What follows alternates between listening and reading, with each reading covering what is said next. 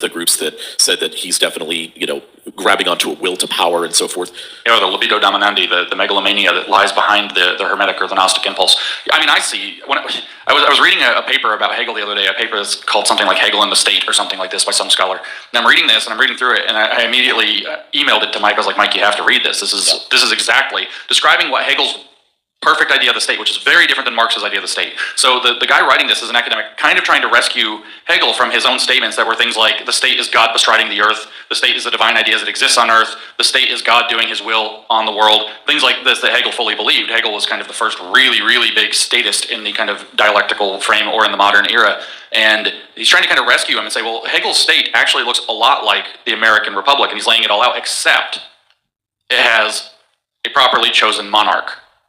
It has a properly chosen king, and so it'll be a constitutional monarchy, and Hegel has this whole vision of it. So I'm reading this, and it's like everything that I've heard from the so-called neo-reaction group or the Christian nationalist people pushing it is very explicitly that what they think is that they have some kind of a secret code by which they're going to figure out who gets to be the rightful ruler, and we're going to pretend to keep the constitutional order, but we're actually going to stick a monarch in place that has enough power to be able to stamp out our enemies and drive them before us so we can hear the wailing of their women or whatever Conan the Barbarian said, which by the way, that was a movie. That was a fiction. that they tried to aspire to. So I see the Hegelian flavor of it extremely clearly, in the same way that I see the Hegelian flavor very clearly of other reactionary movements that have taken place throughout history, where they take up the means of their enemy and believe that they're going to be able to apply them. A lot of the nationalism in Germany followed from the character Herder, who is not well known by a lot of Americans, and I'm not going to claim to be an expert on Herder, but Herder was very into the concept of a folk nationalism. There was already a strong nationalism kind of vibe going on. Hegel claimed that he was creating a folk religion that would help build a national identity for a disunified Germany. A lot of people think, oh, Germany, but in 1800 it was not oh, Germany. It was a bunch of states that kind of got along with each other and often didn't. That they weren't a unified thing, and the idea was to come up with a unified identity. Lots of pieces go into that. So German nationalism is a thing. So it turns out there's another character that went and studied Herder and decided that the best way to kind of deal with the issues he was dealing with would be to kind of create the idea of a nationalism in identity. So we have Christian nationalism following from Herder. If you actually read, what is it, Stephen Wolfe, I can't keep my wolf straight. Doesn't he say explicitly that it's a Herderian construct? Consider more middle right. So they're going to start talking about making sure that we fracture the nation and everybody needs to move here or there, whatever the case is, as opposed to standing and fighting.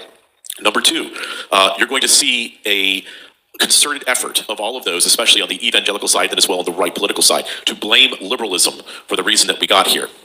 Not the fact that it was those that were considered the Christian right that brought in the woke in the first place and corrupted the church over the past 30 years completely, and are the ones that actually helped to give rise to or allow the rise to Revoice and Living Out and these other groups that happened within the PCA and SBC and so forth. No, now they're going to blame liberals for everything.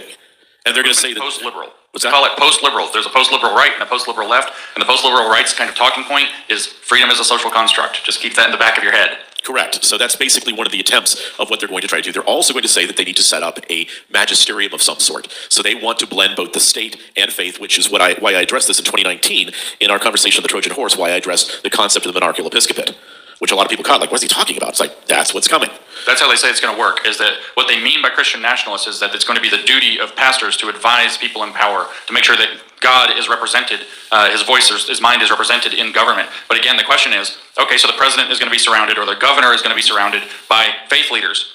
Which government agency is going to be the one that determines which ones get to be there and which ones don't? What happens when that government agency gets infiltrated by Klaus Schwab's World Economic Forum young global leaders? Or faith leaders. Yeah, or his faith leaders, that's right. What happens when it's these pastors selling us out to the WEF, which are the ones most politically placed to occupy those positions, are the ones with the buddy-buddy networks, are the ones networked into power?